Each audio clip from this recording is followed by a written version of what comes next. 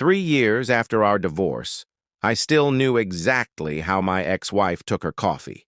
Black, no sugar, always too hot. It was strange how separation could erase a marriage legally while leaving tiny habits untouched. That morning, when she sat across from me, I realized some memories never truly leave. Her name was Claire, and once she had been my entire world.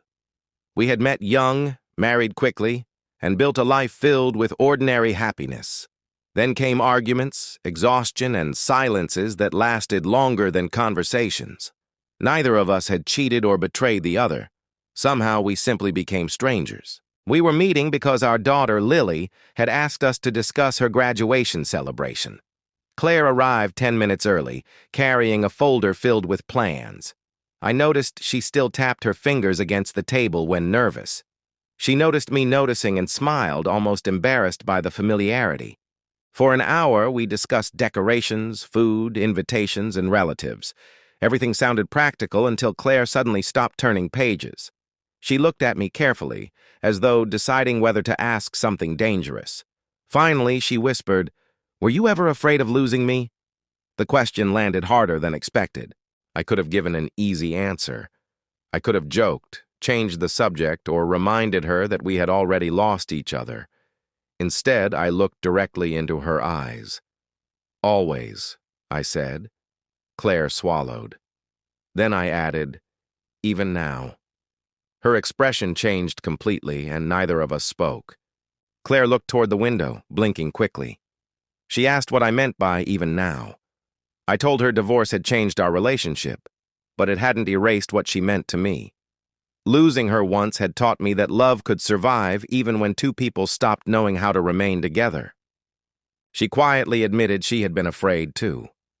During our marriage, she feared waking one morning and realizing I no longer loved her.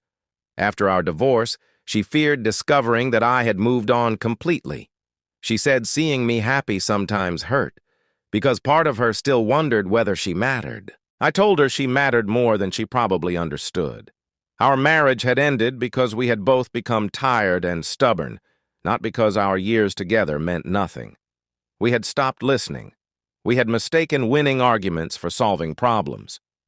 Eventually, love became buried beneath resentment, exhaustion, and pride. Claire smiled sadly and remembered one particular night before our separation. We had argued about money, work, and responsibilities until neither of us could speak kindly.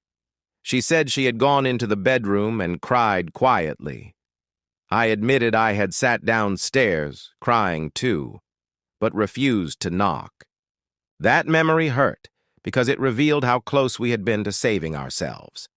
We had both been waiting for the other person to make the first move. Pride convinced us that vulnerability meant weakness. By the time either of us finally apologized, the damage had already become too deep. Claire asked whether I regretted the divorce. I answered honestly, I regretted the pain, the silence, and the years we lost afterward. But I didn't regret learning from it. She nodded thoughtfully. Then she asked whether I had ever imagined us getting back together. I hesitated before answering yes. She looked surprised. I explained that I had imagined it many times, especially during quiet evenings. But imagination was different from reality. Returning to each other without changing would only recreate the same problems. If we ever tried again, we would need to become different people first. Claire agreed. She said she had spent the past 3 years learning to communicate instead of withdrawing.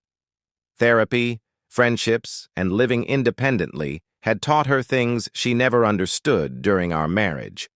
I told her I had learned similar lessons, especially that asking for help was not failure. The conversation became easier after that.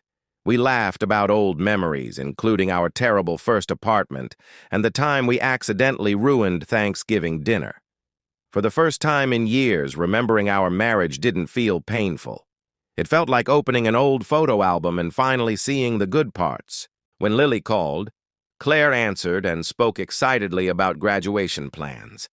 I watched her smile while listening to our daughter. That familiar expression brought back memories of the woman I had fallen for. Yet something was different now. I wasn't remembering the past anymore. I was seeing Claire as she was.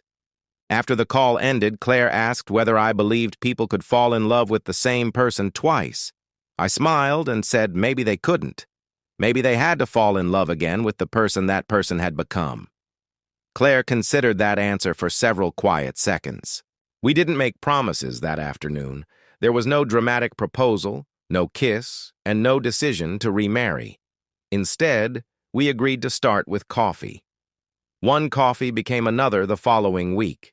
Then came walks, conversations, and laughter. Slowly, trust returned without either of us forcing it. Months passed, and our relationship changed naturally. We became friends first, then something more complicated. Lily noticed before either of us admitted it. She smiled when she saw us together and simply said she hoped we wouldn't rush. We promised her we wouldn't. This time, patience mattered more than certainty. One evening, Claire and I sat on the same bench where we had once discussed our divorce. She reached for my hand and asked whether I was still afraid of losing her. I squeezed her fingers and smiled. "Yes," I said, "but now I know fear isn't enough to keep love alive." Claire leaned against my shoulder and we watched the sunset quietly. We didn't know what the future would bring, and neither of us needed certainty anymore. Our marriage had ended, but our story hadn't. Sometimes losing someone teaches you how precious they are, and sometimes love gets another chance when both people finally learn.